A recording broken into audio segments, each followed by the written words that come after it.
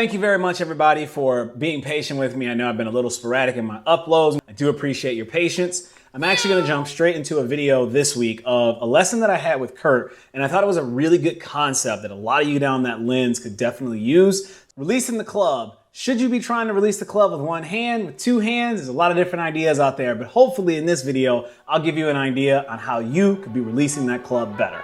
Let's do it right now. Release the hounds.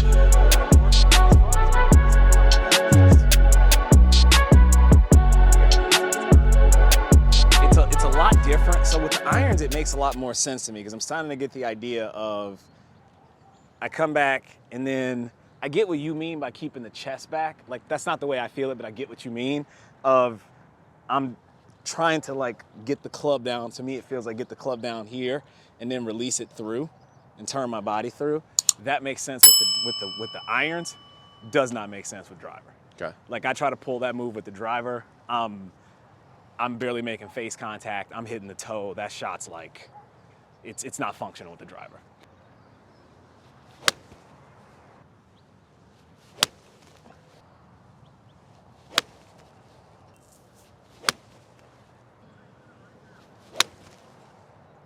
It's definitely better though, Kenny.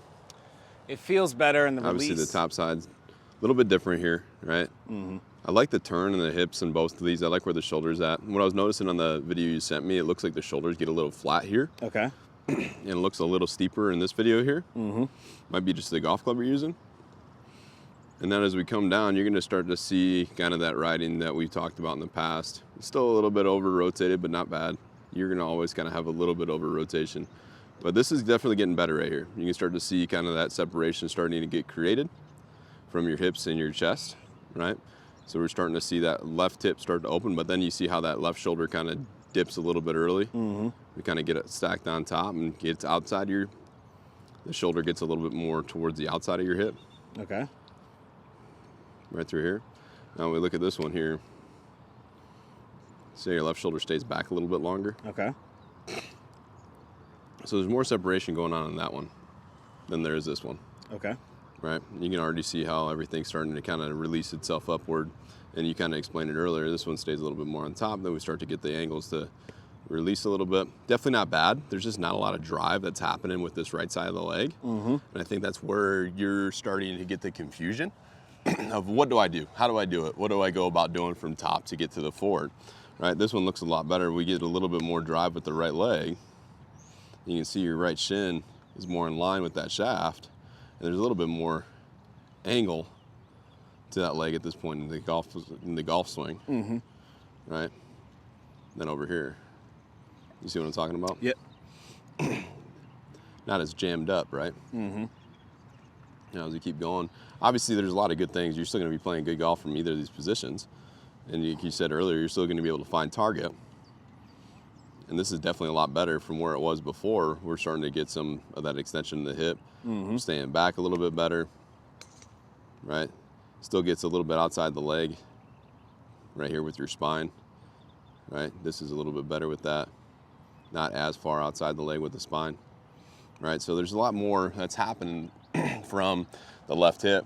There's better separation. There's so much good stuff happening from whatever that was the last time we saw each other.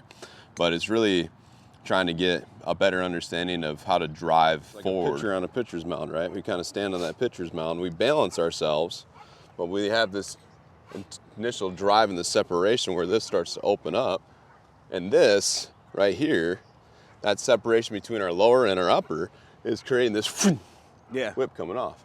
So as you go up to the top, we're kind of balancing on this. We're leaving these arms alone, and we're starting to drive this right side, this right foot, off that pitcher's mound and leaving this arms alone. Now I got this whole right shin bone. And that's how this is all kind of in line with this. And now you direction. start to see this get to here. Okay. So there's a lot of force that's getting pushed laterally with your right foot. Okay. Right? And then from there, as you're here, now this starts to rip open. Well, this is being back. So what I want you to kind of do here is as you're holding this golf club, just want you to kind of cut it in half so you have an idea where the face is at. Okay. And then you start to kind of get that same feeling, that same sensation of that throw. Just get up here and As you see the friction that doesn't get created with my foot slipped out. Down by the grip or Yeah, literally? just cut it in half. Cut it in half, just so you have a little bit more weight to it. You might smack yourself in the side here. That's what I was like thinking about. But just kind of get an awareness of where the arm gets to, how we're throwing. And again, it's not so much that we're gonna flip it back this way, we're kind of almost like we're gonna just toss this at the target. There you go. Okay, so there's a little bit of a delayed, well. Just like the golf swing, right? We're Yeah. here, and then there's a little bit of that. Yeah, to release it. Well, because I'm not trying to release it here, because that's gonna No, flip. That's gonna flip. It's gonna hit a hell of a hook. That's the reason why we kind of cut that in half to see the face, right? Kind of notice what the club head would do. But when you're doing this, I just want you to kind of be mindful of what you feel and how you're creating speed, right? So if you physically had to release this golf club downrange, right? Just let go Butch Harmon style and throw it downrange, learn how to club throw. Woo. Houston, we have a problem. Right? I let that release a little. It's the head. It's the head weight. Yeah. That's the part that I'm like. Does that feel different though? It does, but when I released it, like. You release it a little late. Yeah, you have to release it a lot earlier than that. That's the part that throws me off. That's okay. Like when I'm throwing a ball, my release is up here. Yeah. But I guess it's just at a different plane. It's just in a different plane. If I'm gonna take this ball, I'm releasing there. That's my release. It's all the way up there. Yeah. So it's just like I'm throwing this ball. Because what happens when you hold the ball? I'm throwing the ball. That's released.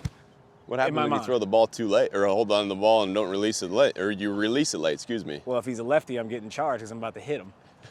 Right, but think about like all those It's gonna- celebrities that Oh yeah. that don't throw it early enough. And his first pitch was not great.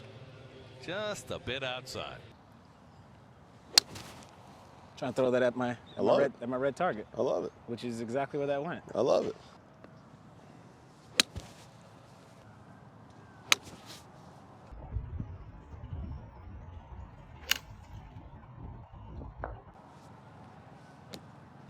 Really good. Right, so as you go up to the top, right, create a little bit more of the structure. Okay. Now from here, how do we let this unwind and then recoil? Hey y'all, come look at this. That's all right. I lost my target. It's okay. All right. There you go. Okay.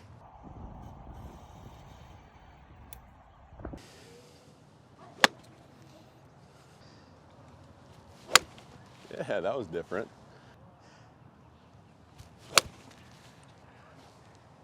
What does it look like? Anything decent? A lot decent, right? See how much more you're turning against that? Yep. Way better impact position. Crazy that doesn't feel like that.